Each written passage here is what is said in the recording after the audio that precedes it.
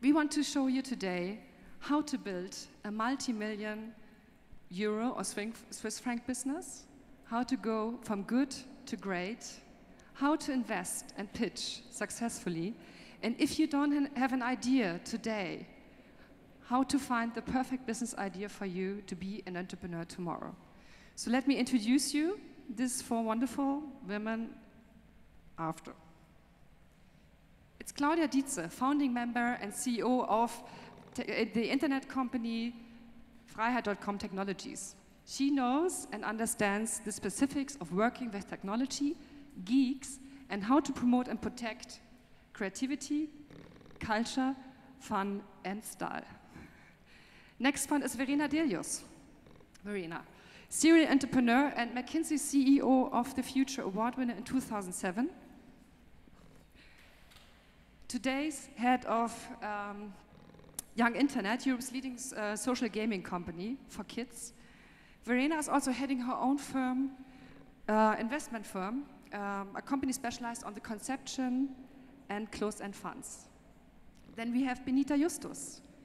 Very happy to have Benita here today. Benita is a sought-after expert in psychophysiognomy, helping other people to identify their strengths and weakness, as well as determining to work with their potentials and coaching them to analyze and monetize this potential.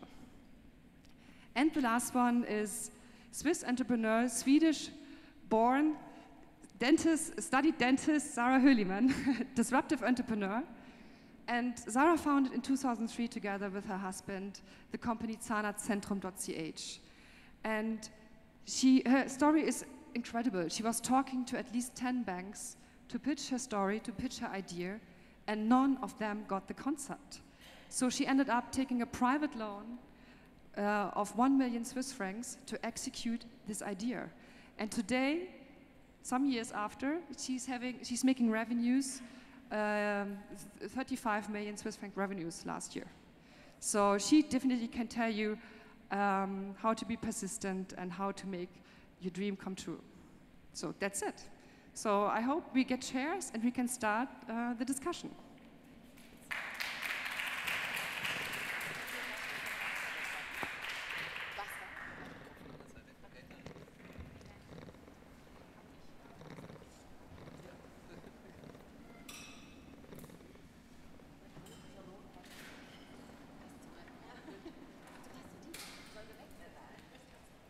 All right.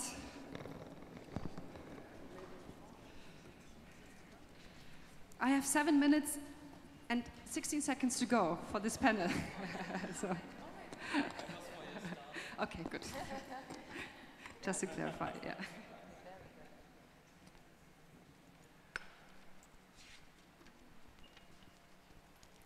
I could actually start with one question, and I probably only need 7 minutes for this. To everyone, how to feel best? Does one need to make mistakes to go from good to great? Do you have to fail as an entrepreneur to be a great entrepreneur? Verena? Yes. Yes, you do have to fail. I actually believe if you fail every few weeks or month and crash every few years, that's the best thing that can happen to you. Because I just believe it keeps you on the ground. You have a high necessity to self-reflect. You don't lose ground. And from my experience, every time I failed, I was much better next time. And I always did failure, success, failure, success. So yeah, I think there's still a way to go. And I know that if I always had just succeeded, or if I'd only just gone into situations which would have been easy, I wouldn't be here today. Sara, you can tell the story. If you don't dare to fail, you don't dare to succeed. It's that simple. And what doesn't kill you makes you stronger. So go on trying to fail. On the process, you will also be able to win some battles. Shall I continue? So I would say, yes, you can fail, but it's not the only way to have success. First of all, I have an advice. If you want to found a company, then it is very important that you have the passion for your product or for your service, that you lead, that you discuss everything for yourself, because you have to know if you want successful, you need to be maybe 7 days per week for work, and it could be awful if you do this for something you have not really passionate. Okay, this is the first advice. Claudia, let me ask something. You started as a Daimler spin-off in, when was it, 1999. Without their engagement to found your own company, would you be an entrepreneur today? Let me explain how we start. I think this is a good definition for your question. We started as a spin-off from a research institute from Daimler and DASA. And my two business partners, Stefan and Jörg, are engineers. And they asked me, Claudia, we need help because here's our cigarette box. We have no idea how we count this, how we prepare invoices, and how we build a company. And I said, okay, me too, what shall I do? So, and we discussed everything, and I understand that there's a lot of passion, and directly after our discussion, I decided, yes, I try to be an entrepreneur because I have it in my blood. I have a good feeling for this, and I wanted to make good things with good guys, and this was our start. Verena, by the age of 25, you had already founded 3 companies. Yes, but they weren't that impressive like the ones of Sara and Claudia. We started off with a sushi restaurant, my sister and me. I was... and you were 20 back then. I was 20 and my sister was 17, and we discovered that our hometown with 300,000 inhabitants didn't have a sushi restaurant. So we didn't really do a huge business case, but we knew there was a market. That was in 1999. Yeah, we hired a cook from Berlin. We basically ate in 10 different restaurants and kept saying to the cook, are you happy? Do you want to go to Bielefeld? Oh, no, you don't. So the 10th one, Mr. Uehara said yes and came with us to Bielefeld, and we opened up 2 weeks later. Pretty improvised the whole thing, learned the sushi terms overnight. Had to actually provide sushi for Ostwestfalians because they don't like raw fish, was kind of a problem to our concept. Yes, that was the first thing. Then I went off to do salad franchise bars, and then finally a finance company. So it didn't really have anything in common either. But it was always, yeah, reinventing yourself and starting something new. Sara, do you believe as an entrepreneur in something else than others?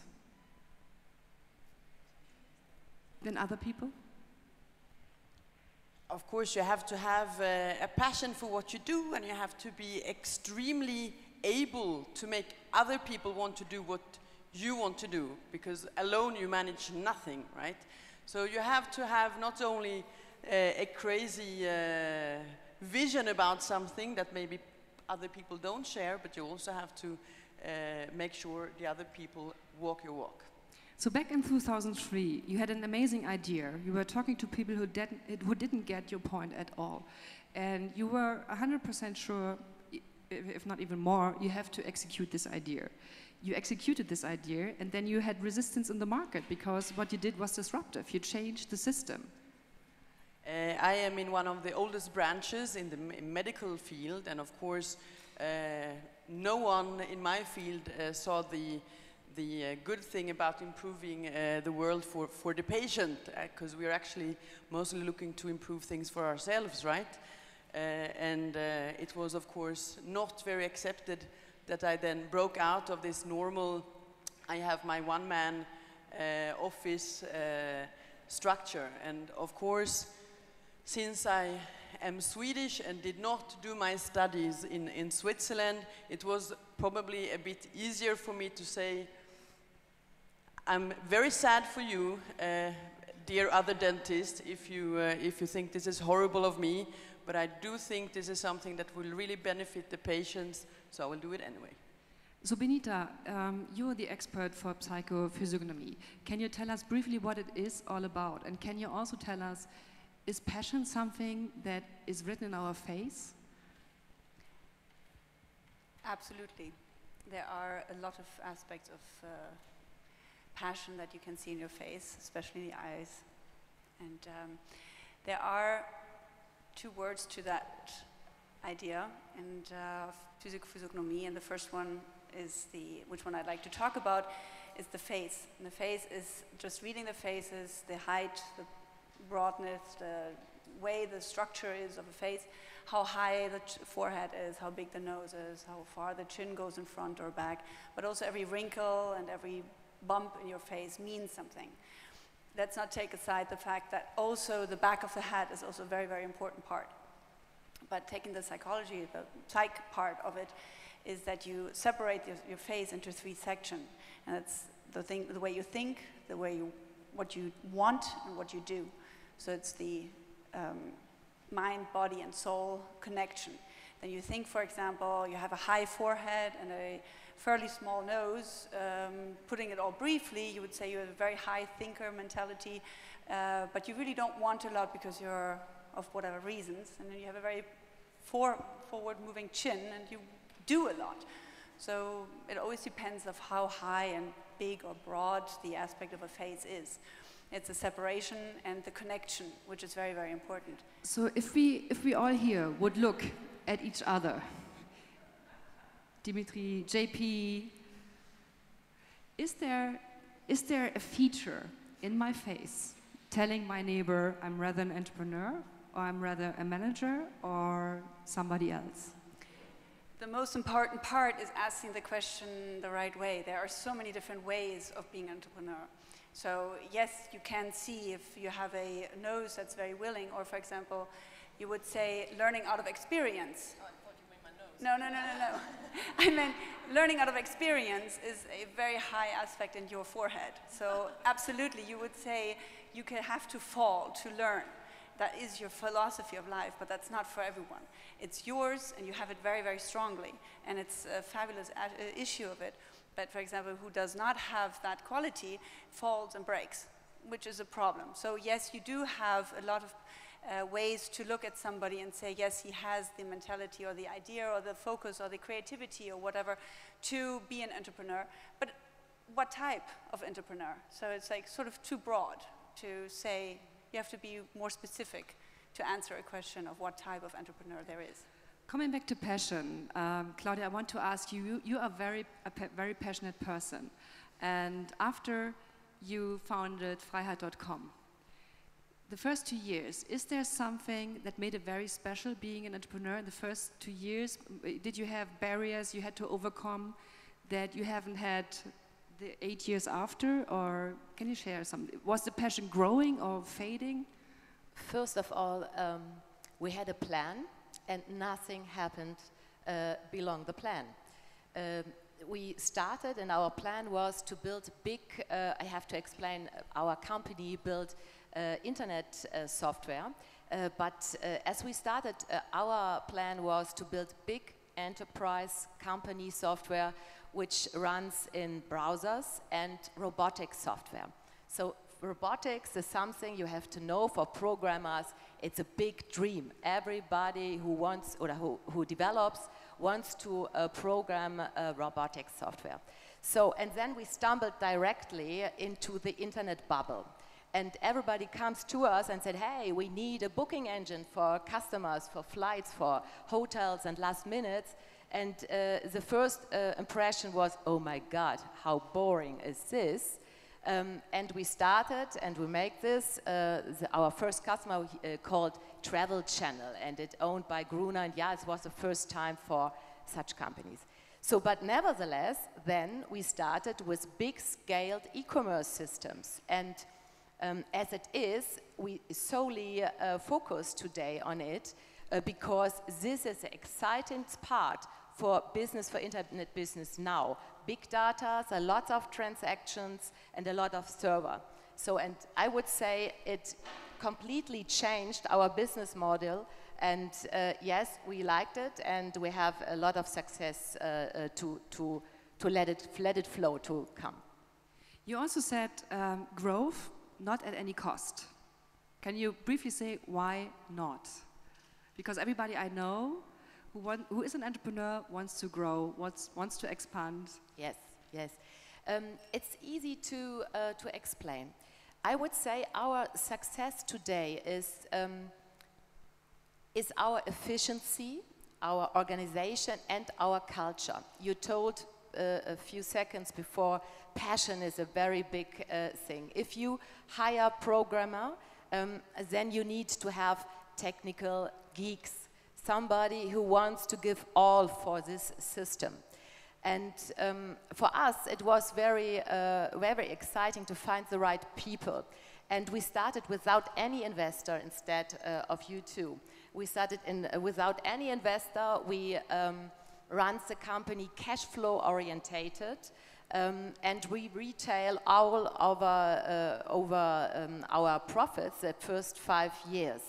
So, and this was where we come from, and we saw, okay, passional is something, if you want to create a company like Freiheit.com, then it's very important to see that you grow slow, that you give time for culture, that you not only determinate like a manager the culture, you have to know that culture is something, it's a self-imagine of the people who are living in the company.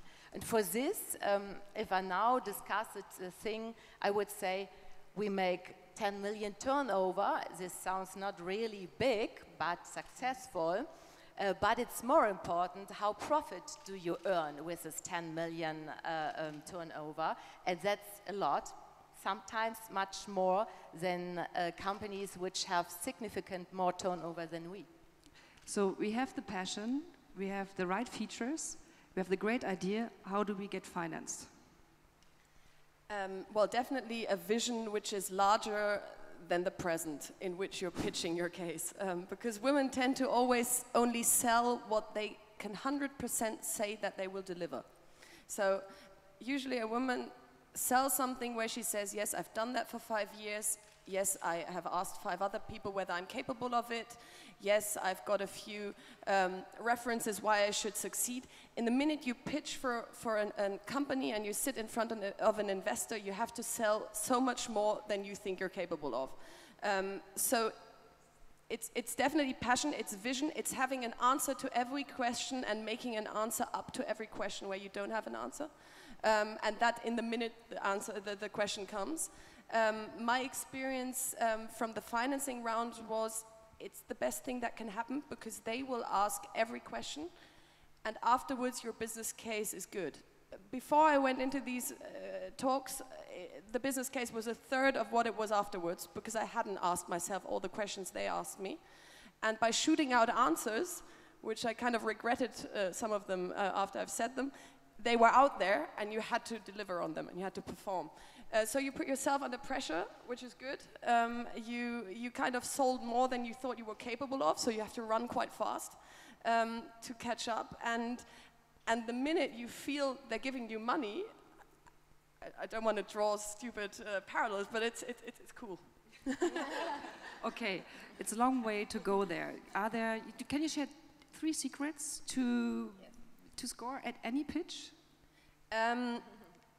Super duper self-confident. Like, I know everything, I've asked myself everything, you cannot get me anywhere, I have no doubt about my business. First advice. Second advice, best preparation ever. Don't think that you have luck in this situation or that they might not ask the question where you know you don't have an answer. Just be prepared. Pitch it to your friends, to your husband, to your family, to people who don't like you and who don't think you're brilliant, but to people where you know, no, they don't think I'm brilliant and they don't like my idea because it's hard to take that critic, but it'll come anyway. So be prepared. And the third thing is make the impression that you are capable of executing. So selling a vision, a plan, something is like the first thing you have to do, but you really have to show, yep, I'm gonna do what I'm saying here. And it doesn't matter whether I'll have children at some stage, or it doesn't matter whether something in life happens what I can't plan, you can be sure I'm gonna execute. So Sara, you had all of that. You had the great idea, you were pitching successfully from your point of view, and there was no good response from the people you were looking, money from. And so after the 10th bank, seriously, did you think, I give up, the idea is probably not good as it is? Or, I mean, you did not, but what's going on in your mind? Well, first of all, I have to tell a little anecdote to this very particular event, because it's of course a very important one in my life. And of course I had my fantastic idea, and I went to the big banks. You know, I'm from Switzerland. We have very, very nice banks, and you should see the bankers. They are even more beautiful. They are well dressed. They all look the same, and they all smile at you, and they tell you, "Fantastic! Did you find that all by yourself?" No chance that my committee is not going to grant you the money. It has never happened. And this happened to me 10 times in a row. They were all very, very motivated to give me money, but it took about 5 days. They all called me up and said, "Oh, Dr. Hürlimann, I'm so sorry. It has never happened to me before, but I'm sure you'll find money with some other bank." And what I then found out is, of course, they all have the same software, where they then just print in your data, and of course, a totally unexperienced entrepreneur, no own money, no own background to prove that she knows what she's doing. Of course, the banks has actually no reason for supporting what I was going to do. Because the biggest upside a bank can have is, of course, that they get their money back. But then, luckily, I ran into a very unfancy bank, the Swiss Microbank. They don't have expensive software systems, and they also don't look very good, and are also not very well dressed. But still, you speak to people, and people have a tendency to understand a lot better what you want to create than a computer does. So bank number 11, they said, "Ja, Sie, Frau Hürlimann, die Kohle müssen einfach stimmen, ja?" And that's how I got my money. And so I'm still a very, very loyal customer to this little bank. Good for them. Benita, it's crucial for a startup to hire the right people. And I know this is a very difficult thing. You're executing your idea, you run out of time, you run out of sleep, but you're full of ideas. And you're looking for the right people to help you to make this happen. So I never can trust these CVs, and I hardly can trust my intuition. How can physiognomy help me as an entrepreneur building up a company to hire the right people? Well, there are the aspects of your intuition, which is always a good thing, but the intuition always works more or less for your own focus. Meaning, if you like that person, you don't like that person, but you need maybe somebody who is good in what they do, but maybe not as likable for your gut feeling that you have. That is one big problem between physiognomy and the gut feeling and the nose that you have to understand that. The issue is that the idea of physiognomy is not to find the bad in the people, is to find the good in the people, to find their talents. And the most important part of it is to find people who work together to achieve something together as a whole. And if you're an entrepreneur and you're looking for the right people, it's very hard to decide. It's great what's written on paper. It's wonderful what you think of the person, that he's nice, but is he really good in what he's doing or is supposed to do or she is supposed to do? This part would be very, very helpful for somebody to have somebody like me to look into the faces and talk to the people about it and see where really their talents are.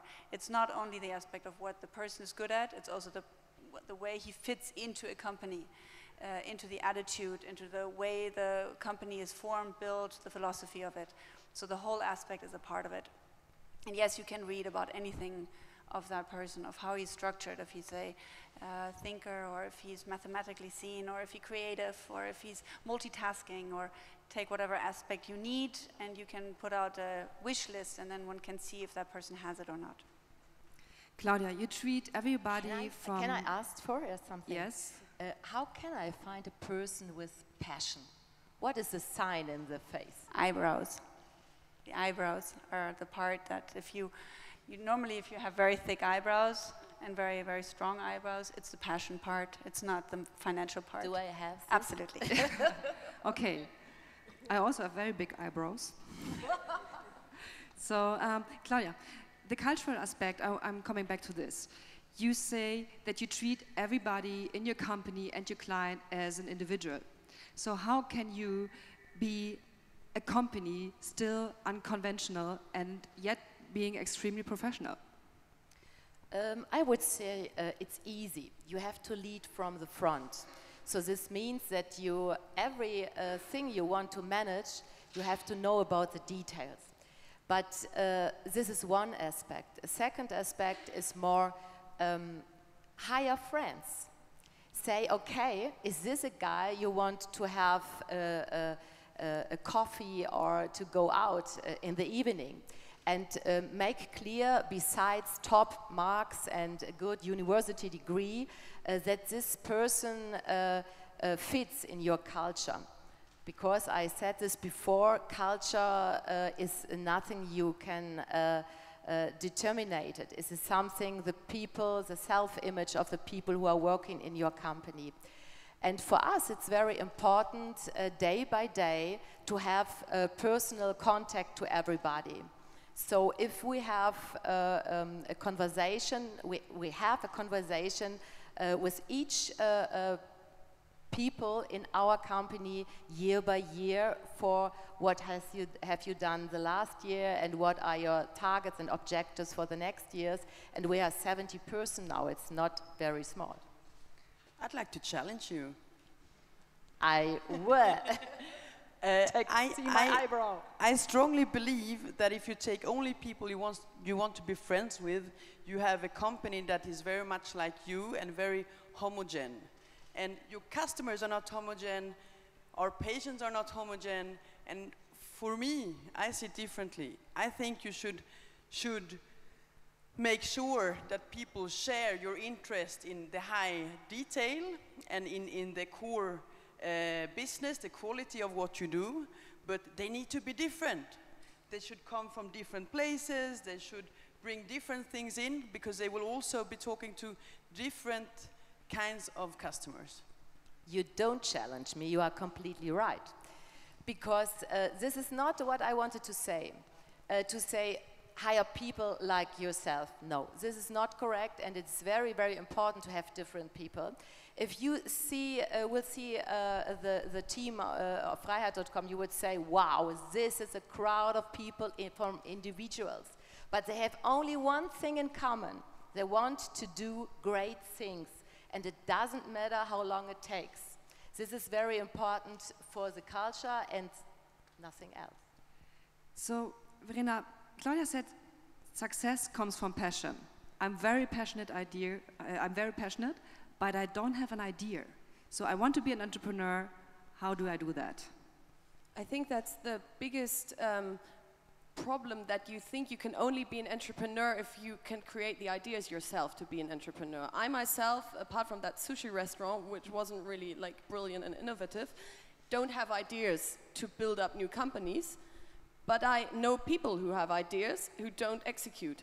So the best thing is to say, I'm here, I'm entrepreneurial, I love doing things, I think I'm very good at executing them, and may I take your idea and bring it to life. And I live in Berlin, or I work in Berlin, and that's exactly the culture of Berlin at the moment.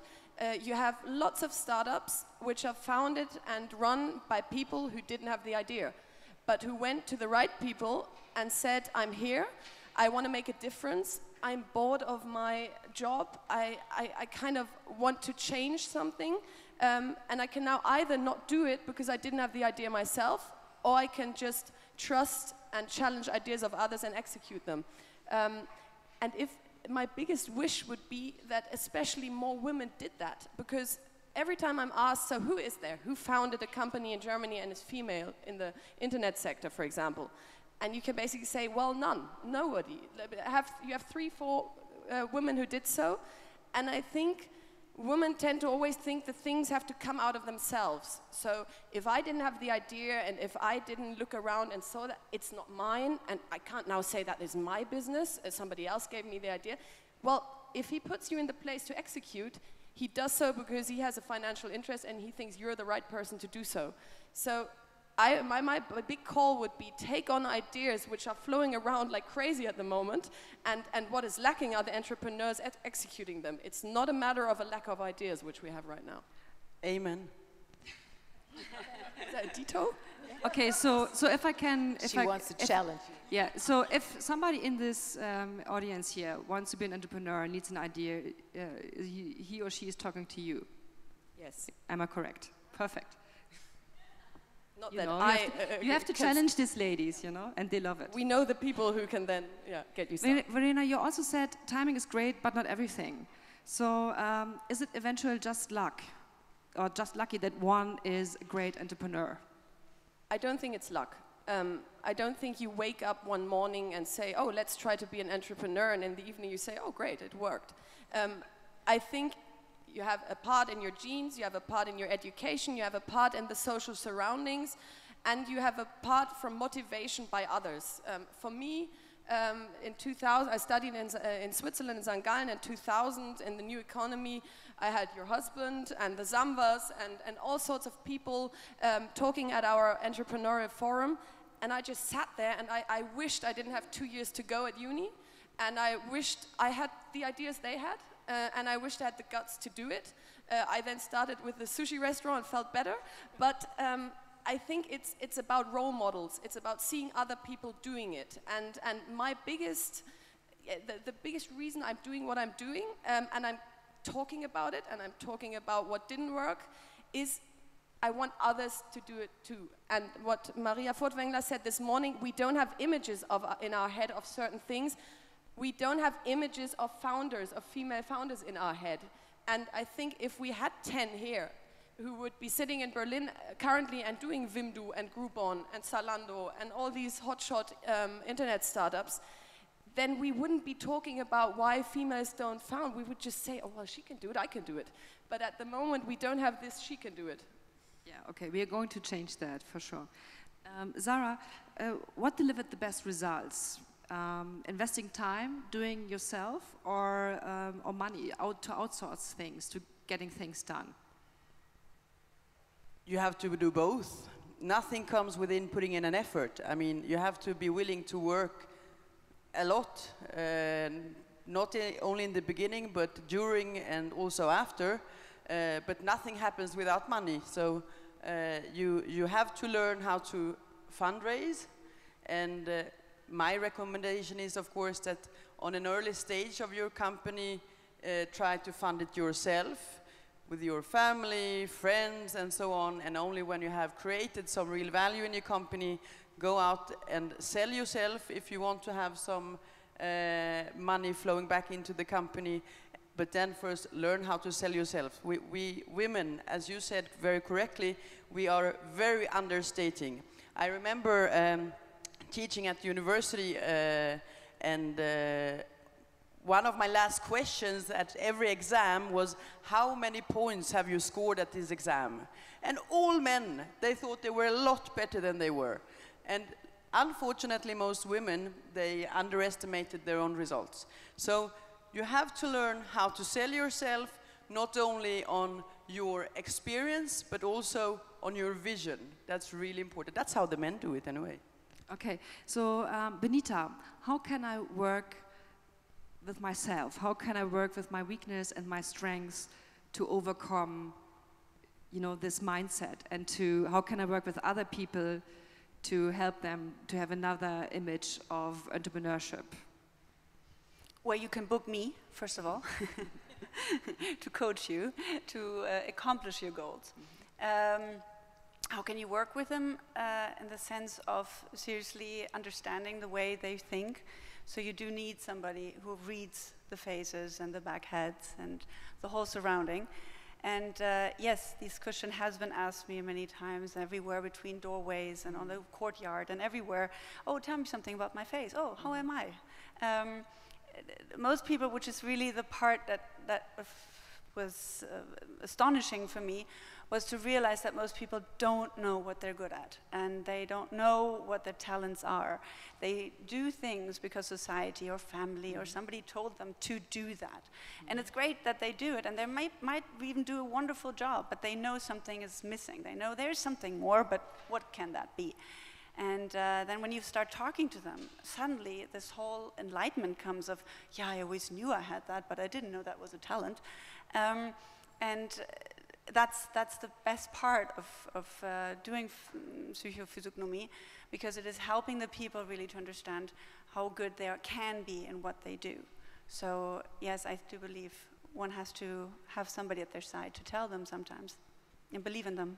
So I know my strengths, and I have the great idea, I have the great company, and I'm moving forward, and then things start to go different. They go not in the direction I've planned, and I'm not sure if this is a good or a bad thing. Verena, you failed once, and I want to know, maybe from all of you, but let's start with Verena. Are there early warning signs I need to check continuously by founding or building up a company if everything is in place or not? There definitely are, if you let them happen. So if you pitch your idea to only people, what I said a few minutes ago, where you know they kind of like you, they kind of have your mindset, they will say, yes, good, great. They will ask the same questions you've asked yourself. So afterwards you get up and say, okay, ready, set, go. My biggest learning is when I failed, I only talked to people, and that was with the salad bars. My idea was basically Vapiano. Many of you in Germany might know it. It was 10 years ago. I had the idea to have tossing salad bars like you have in New York, where you can just create your own salad and go and take it with you, or have it in a bread roll or whatever. Do a franchise concept, roll it out. I had the investors, I had the partner, I had the concept, we had everything, but we didn't have a location, and we never got one. Because Chivo, Häagen-Dazs, Kamps, Nordsee, all these concepts which had so much more equity in their backs than we did, wanted the same AAA locations than we did. People told me that, and I was like, well, I've never heard that it's difficult to get a location. Like, I've heard that you can't find an entrepreneur, I've heard that you don't get money for your idea, but I go past so many shops which are empty, that can't be the problem. And many people from the industry told me that, and I just ignored it, because I thought, if I look at the risk factors of my business, that's not one. It was the one, and it sounds stupid that it didn't come to life because we didn't get a location, because I would have always thought, well, that's something we will solve. Yeah, we will. If we fail, it'll be other factors. And that was the factor, and that's because I only spoke to people who were like me and who had the same experience, and who also thought that you get locations whenever you want it, as many as you want. So yes, there are early warning signals if you talk to a broad variety of people, and if you take on what they say. I'm very passionate about things, so if I'm convinced of something, it takes a lot to convince me that it's not that way. But I think that's the biggest learning. It's good to have people who really say, no, I don't believe in that. You can still go ahead, but you should have it in your mind whether it plays a role. I also have an experience that I happily shortly share with you. I opened up the company in 2003, and between 2005 and 2008, I also got 4 children. And doing this and multiplying the business in size was a great experience, but it went all a bit fast. So all of a sudden in 2008, oh, really? I realized, looking into my husband's face, who's my CFO, that, my God, we have no more cash in the company. And we had then, in the last year, grown from 4 clinics to 8 clinics.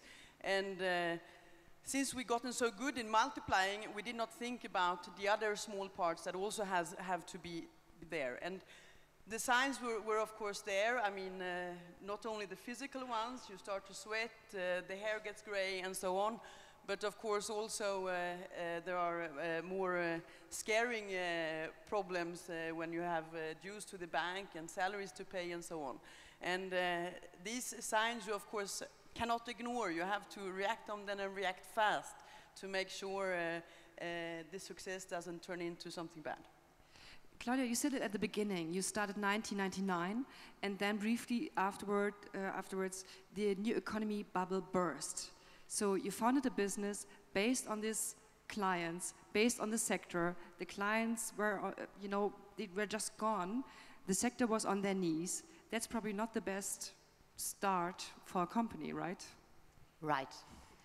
But a good opportunity to learn. And this is my advice at everybody who wants to found a company. Be paranoid and expect the worst case. It will come.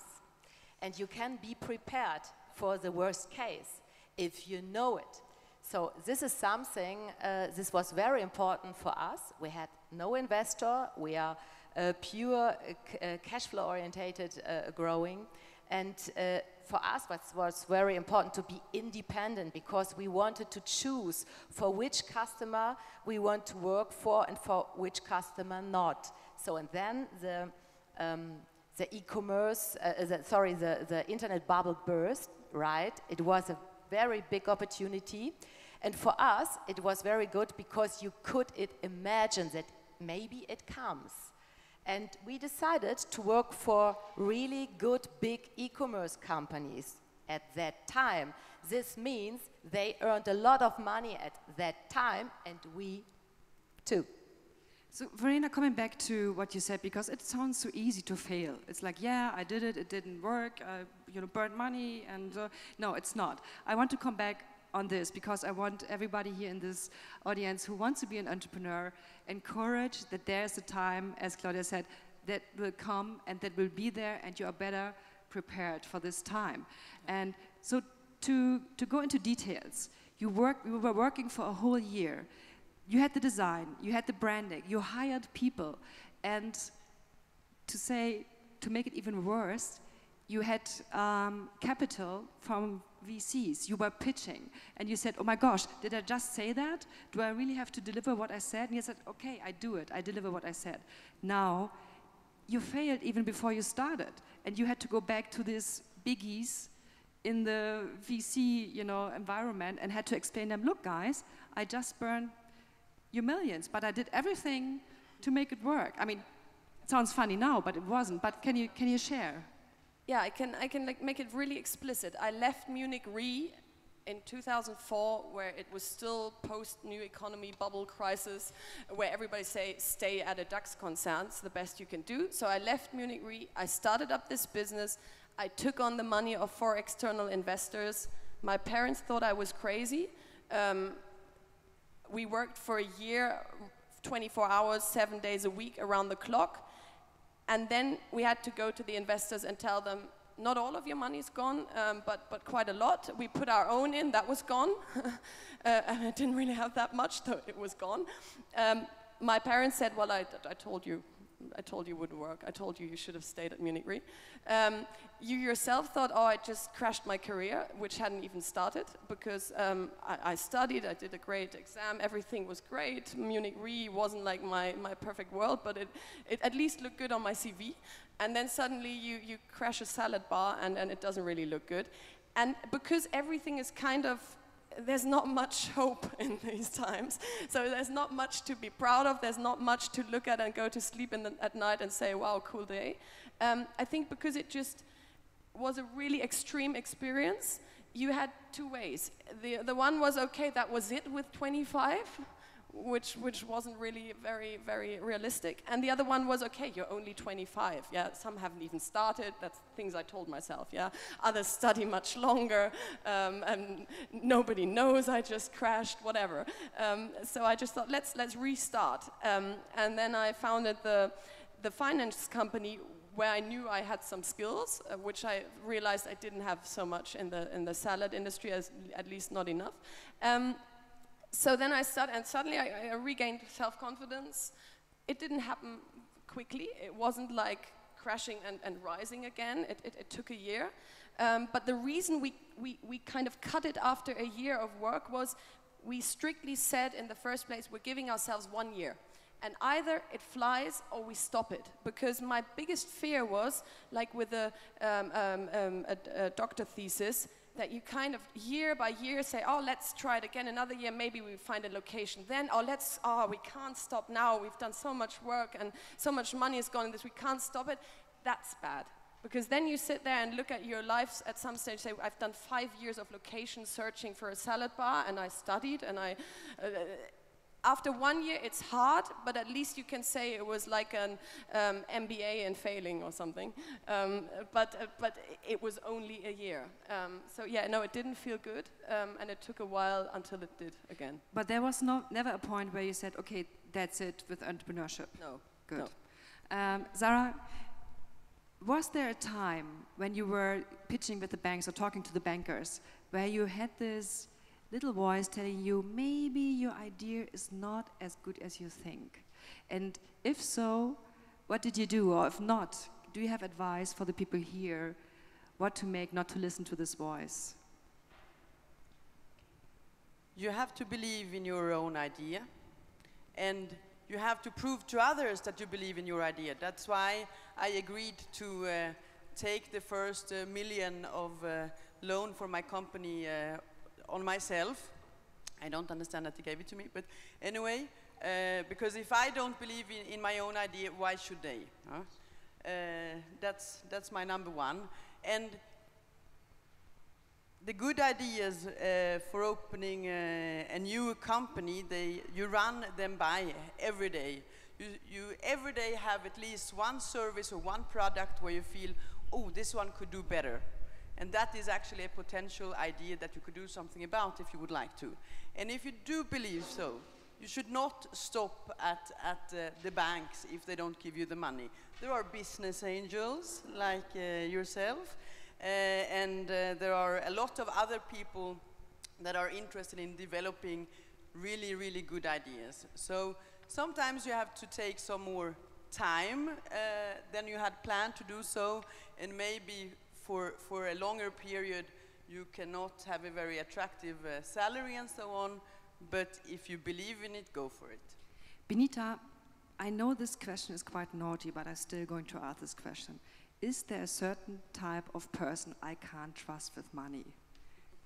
When there's a VC and I'm pitching and I do all my best, is there a second I should know myself, this is useless, I should not talk to this person? I know it's quite naughty, but I asked this question. Thank you very much. How do I answer to this? There are people who are structurally built up that money is a huge issue in their lives, and then their side of their head you can see if it's for themselves or maybe for some other reason.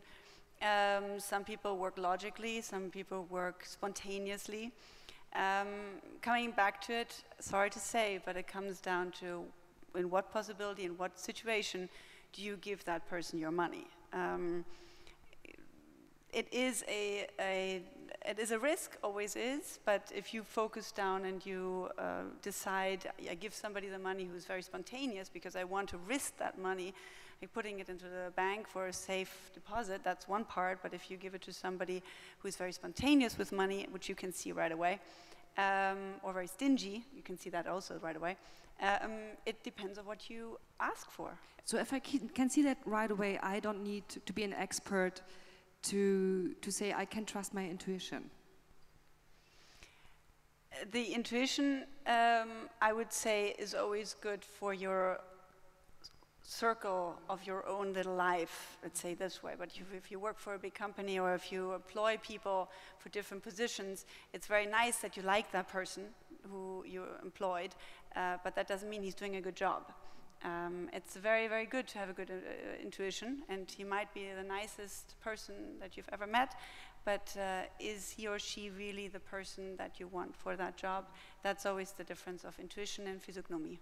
So my lessons learned with venture capitalists is they are so nice until you sign the documents. Not everyone, but most of them. So if you really are willing to take capital, money that is not yours into your account to build your company, make sure that you don't fall in love with your VC, because he's going to date you and this is not romantic. Not He's really. going to date you in a very regular, you know, circle, and he's going to ask you. Thought. He's going to ask you many questions, and it's like pitching all over and over again. So it doesn't end. So lessons learned. I mean, with Zing, we had amazing VCs, and we benefited from their network. But if you're at this stage of your company, you have been done great because somebody else considers your business as value to get and put more value in and out. Yeah, this I just wanted to say. So if you're there, you made it, but then very carefully for every step. So Sara, you had the money in your bank, and was everything in place? The business plan was working, was set up. You were hiring the right people, and everything went smooth. Far from it. Oh, good to very hear. far from it. I made all mistakes you can ever do. I hired psychopaths. I've hired all kinds of people. But at least you have to be fast in your decision taking, realizing that you did, and also taking the decision from separation than from your wrong decisions.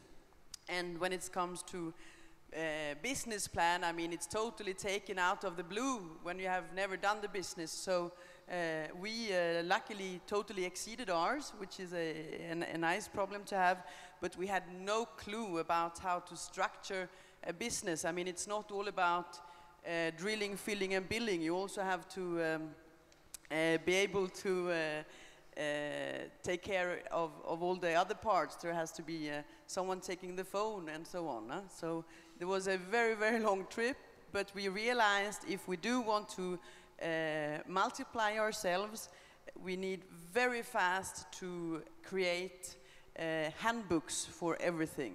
And the sooner you do that, the better for your business and for your own good night's sleep. I think you're on the same page with Claudia. Your eyes are beaming about structure, and yeah, you also said our goal is always to avoid bureaucracy at the very beginning.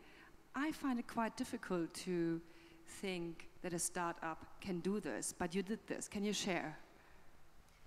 I will try. I think we talk a lot about emotional intuition and passion. But on the other hand side, there is a second very important key issue. Everything you have to manage, you shall try to measure it. If you have objectives, try to measure it. Because only if you have a data-driven company, you can see if your plans will fit.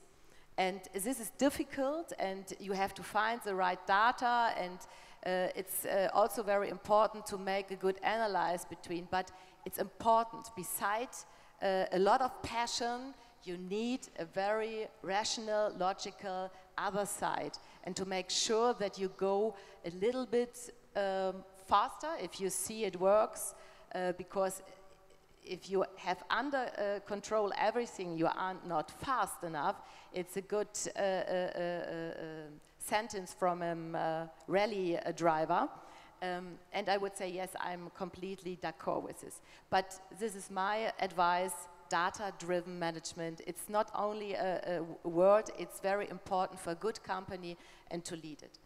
Since we have very smart people here on stage, and even people who are much more smarter than us in the audience, we'd like to offer to open up this discussion for everybody. So if you have questions about entrepreneurship, about the ladies, I'd like to encourage you to ask them. And if you're not waving at me that you want to talk, I just keep on talking. So, oh, perfect. Thank you. I have a couple of questions. One is, I'm struck by the comments about women have to do it all. We have to have the idea, we have to execute, and I think that one of the things that you've touched on a little bit is about teams and the importance of teams. And I think that women, whether it's the need for control or whether it's the cultural context in which we're structuring these businesses, but I think that the idea of really working together as a team, that you're going to have failures in terms of your hires, that it's extremely important to think in terms of not just around your weaknesses, and I understand I've got a couple of questions I wanted to ask to you, but I think that nobody's ever built a great company by avoiding their weaknesses. You build something great by really understanding your strengths and wailing on your strengths, and then getting strong people and teams around you to build and go forth, because you can't do it alone. That's one comment. But now I was going to ask you, what about plastic surgery?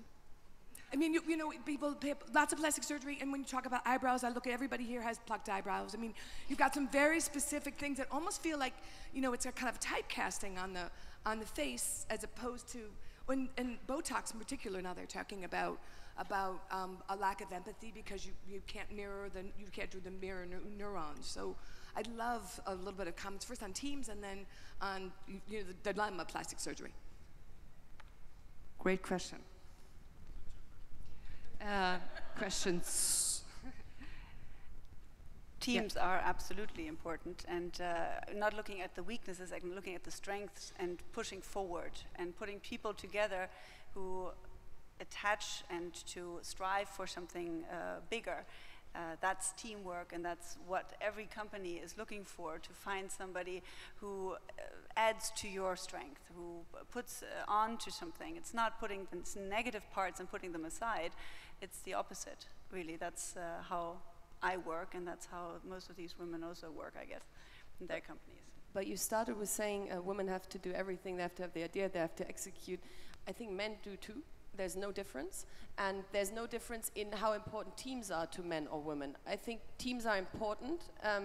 It's not a one-man or one-woman show with what you become successful, but teams aren't everything. I think that companies need a strong lead, a strong culture and vision, which comes from the person leading the company. I think teams can execute on visions, on strategy, on roadmaps, but they can't come up with them, because you then have 10 visions, 10 roadmaps, 10 ideas. I think it needs somebody who drills it down again and says, this is the way we're going, and follow me. To answer the first part, I wouldn't say it's female-male specific. It's exactly the same challenge for both. And for me personally, it's always related to females, that they're team players much more than men, and that they value teams much more. I think we shouldn't over-exaggerate that. It's important. I'm not saying it's not important to have teams. It's very important to build a team and to have it in a company. But it goes equally for men and women, and women should more take lead than build teams, because in building teams, they're brilliant. They're not so good in taking lead. So they should more focus on that, because they'll do the other thing naturally. Can I add something to this?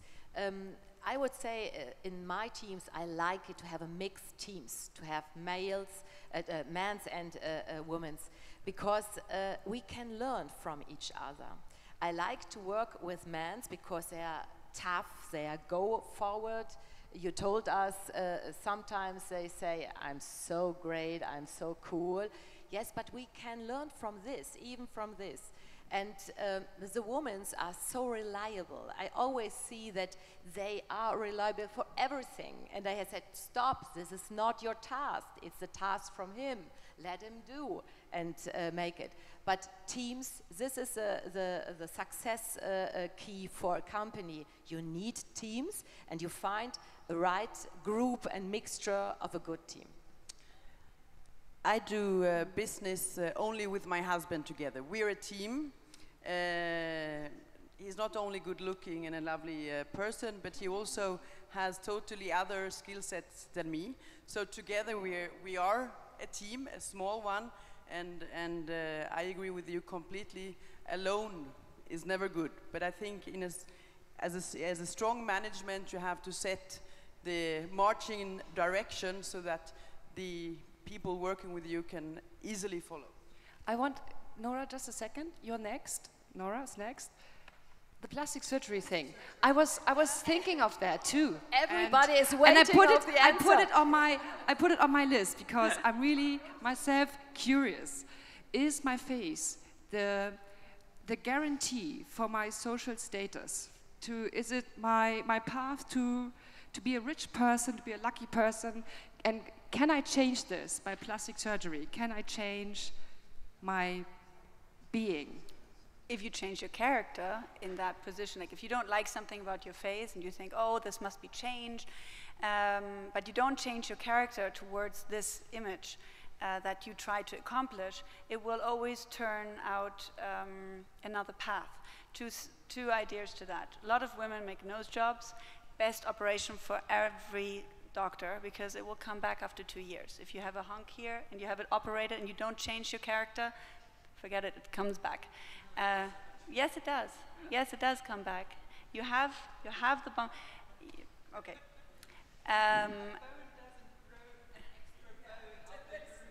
It's not that you build the bone, it's the...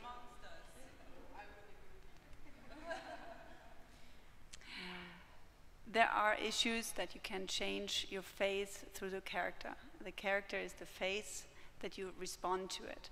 So if you change somebody, a child, the ears back, which will mean that what that means, the ear that you have pushed forward as a child, will come out somewhere else because it's a strength that the child had.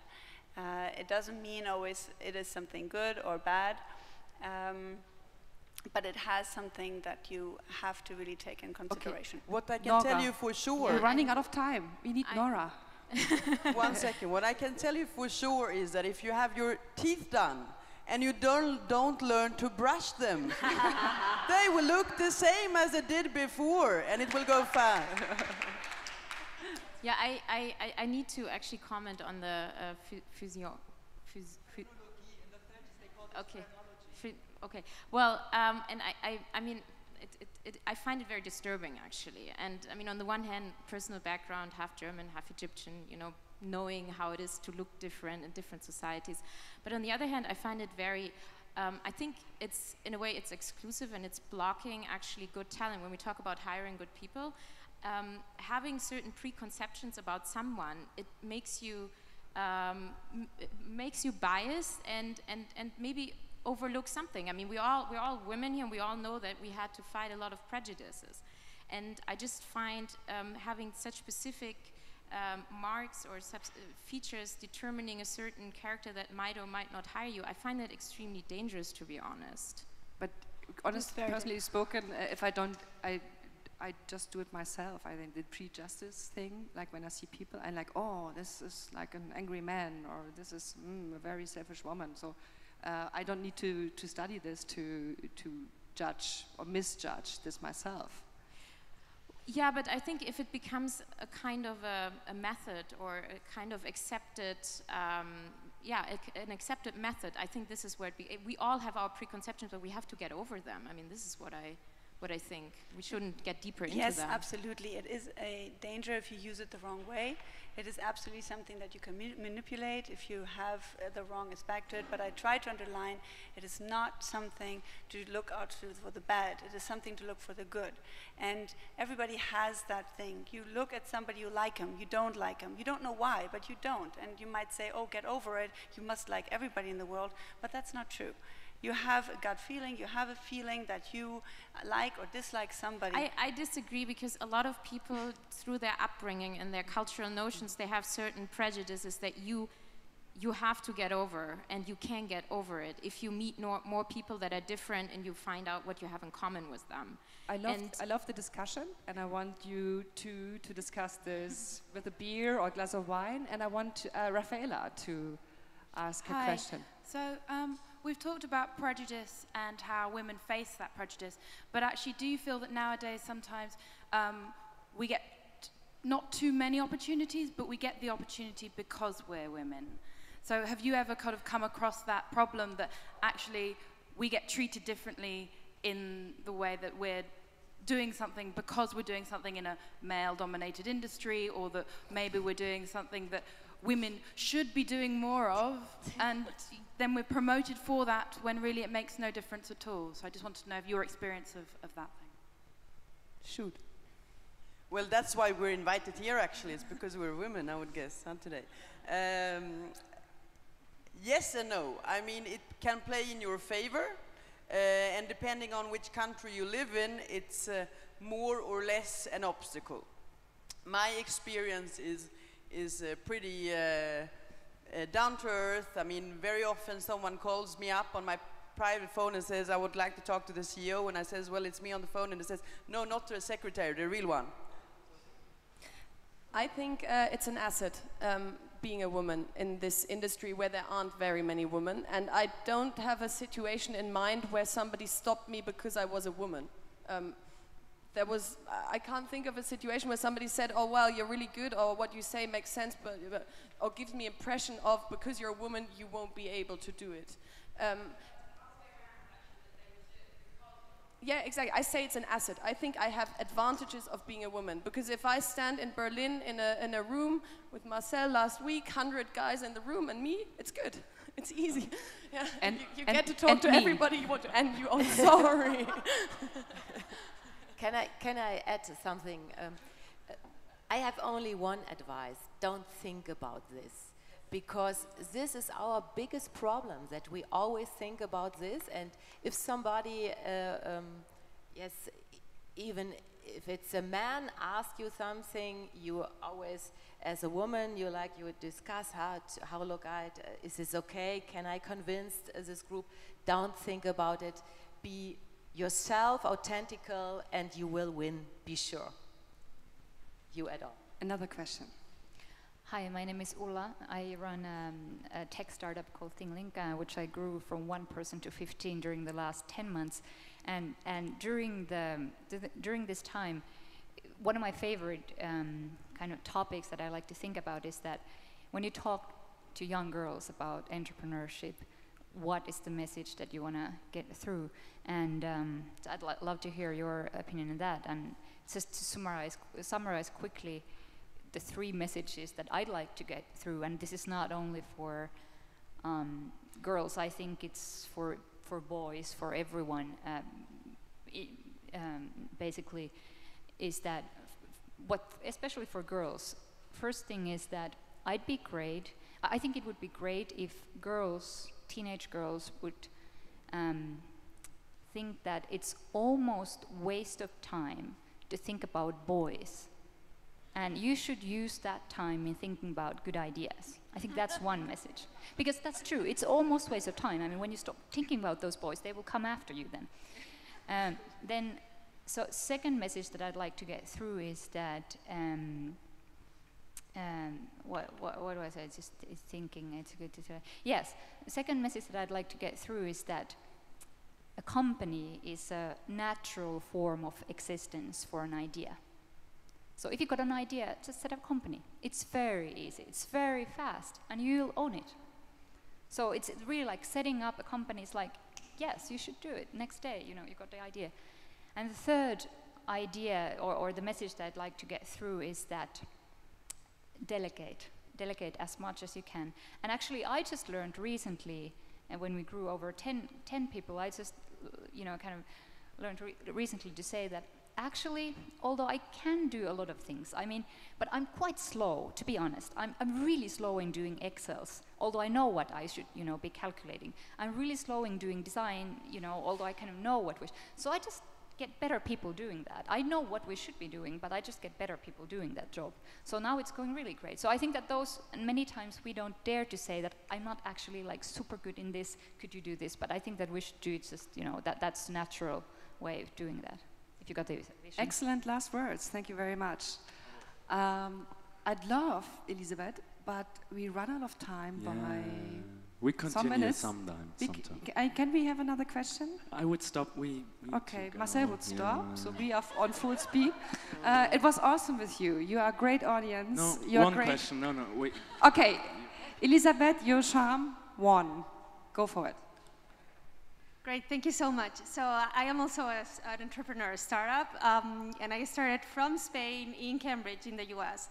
And I love to hear so many entrepreneurs, but when I built my team, not for a second I thought man or woman. I looked for skills, not for 1 second. And that had been like about quotas, and before I actually was hiring people, I thought, yes, of course, we need quotas, and now in my own company, I don't. I really look for skills, and I'm so proud of my CSO that actually happens to be a woman. But then my chief business officer is a great guy.